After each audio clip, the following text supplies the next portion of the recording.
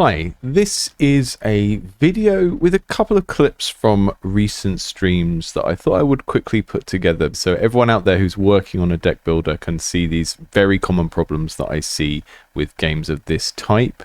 I hope you find it interesting and useful.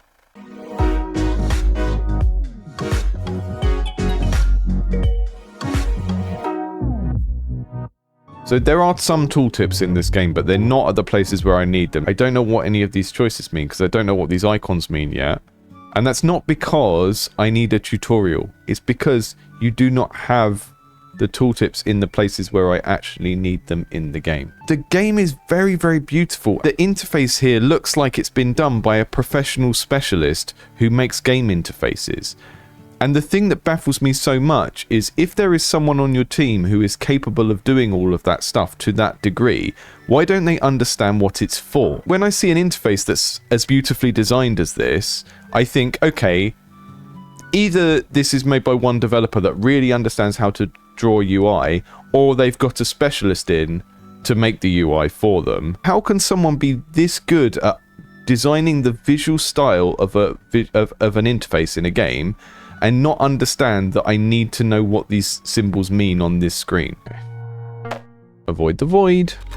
The thing about deck builders as well is that you can bake the onboarding into the cards.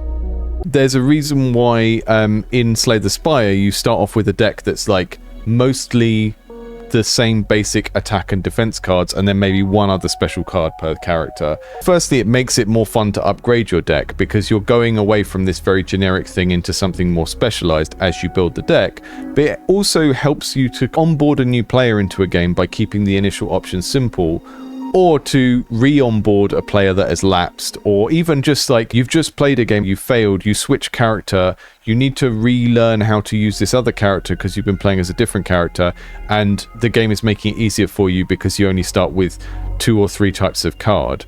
So in terms of onboarding in any of these card-driven games, I would say that your starting thing is just like, how much variety of stuff is there in my hand? Each one of these is different, right? It's not like you know, I draw a hand of cards in Magic the Gathering and 3 of them are lands and they basically do the same thing, and 2 of them are attacks and 1 of them is a creature. So actually, when I look at those 5 things or those 6 things, I'm actually only looking at 3 or 4 different things because some of them are duplicates, right? So if you're thinking about how much information you're giving someone to process, those are all considerations when you make a card game. One of the benefits of using cards is you can have duplicates of things, and there are actual benefits to onboarding to having more of the same thing. Well, with any game that's card driven, you need to start off with fewer cards because that's just a built-in way to have a lighter tutorial.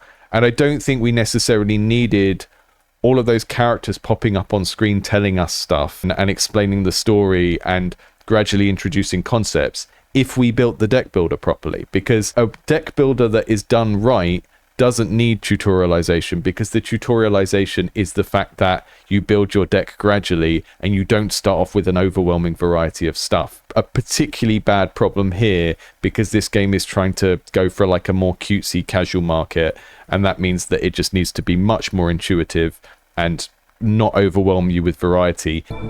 I shall build a house. Great! Each tile gives resources depending on its properties and placement. For example, field gives more food if placed near other fields. No loads of pre-explanation or anything, straight into playing the game.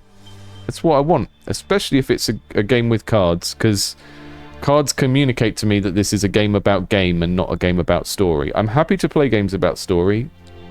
Some of my favorite games are games about story, but I think when you have a very gamey thing in your game, like cards or dice, or it's just very kind of mechanically abstract, it sort of communicates to people that this is primarily a game and not like an immersive story world. So it kind of, for me, when I get a game like this and it's just straight into playing hands and not loads of explaining through a character or something like that, that to me shows that the developer understands the type of person that plays these games. See, if you compare what's happening when I play this game to the previous game, I can think out loud about this because The game is so simple and intuitive that I just know what to do. We had a lot of different cards in the last game that did different things that I couldn't understand because I didn't have access to what the icons meant. What you'll notice here, we have a lot more of repetition of the same cards, which makes the game easier to learn as well. The thing that's funny about Little Tree Kingdom is it presenting itself as cozy and accessible, but you start off with a deck of cards where every card is different.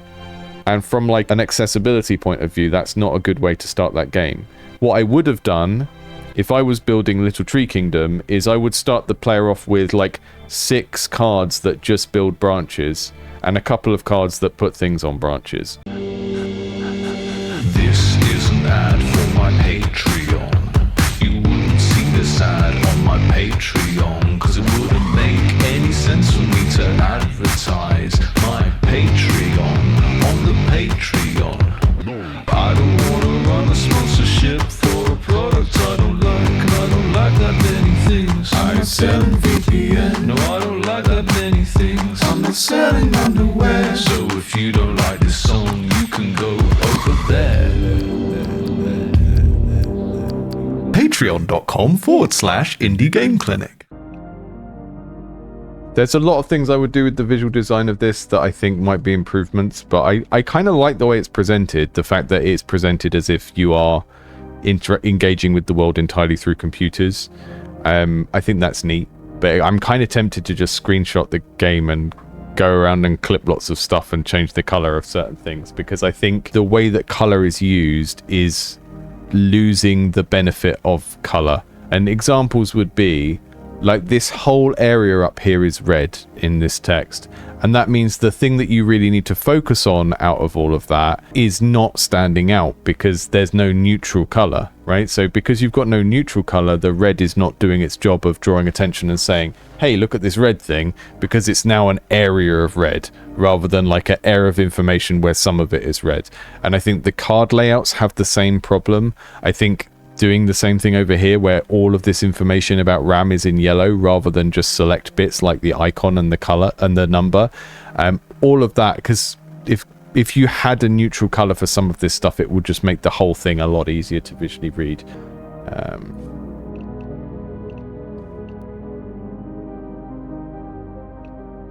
I really like this. It feels like the sort of game I may come back to later and do a longer stream of it. Someone in the chat was talking about like clashing art styles, and I do want to just quickly do a little exercise with that. If I wanted to try and make these feel more one with each other, the thing that you could do to make this whole thing feel a bit more coherent is try and mimic at least one of the colors from here in the framing of the cards, because at the moment, you know, you've got these suit colors of this kind of gold for one type of thing, yellow for population type things, red for the watchtowers. It makes total sense that you've made the whole card that color, but it also makes the color lose its meaning a little bit because it's all over the card. So if I were to color that over and then go back through this layer and take out the stuff where we want the information to pop out, already the text stands out more. And then we take this banner, we let that be the theme color. We take this banner on the house, we let that be the theme color. And we take this and we let that be the theme color, and maybe we do the same for the picture as well. And I would maybe try and half it so that maybe the house is like the environment around it is the color of the actual environment in the game, and the house is the yellow color because the house is the thing that you're building, and the rest is like little bits of detail. So if you did something like that, and it stands out more because you've used it more selectively. And then if we zoom out and if I turn off that layer boundary, it looks more cohesive already because the neutral color is shared between the diegetic world and the interface. Immediately looks more cohesive. Even though this is in pixel art and this is in a different art style, it just starts to look more cohesive and coherent. Right, so that's what I would do, because I don't think it's really a two different art styles problem. I don't think that's exactly what's going on here. I think it's more about being selective with color and the different levels of how relevant a piece of information is. It's like information hierarchy graphic design stuff. But you use a neutral color for the border of the card and for some elements of the illustration so that it just makes it much clearer like what it is. right? Because it's a lot easier to see these illustrations and understand what you're looking at if there's just a little bit of differentiation.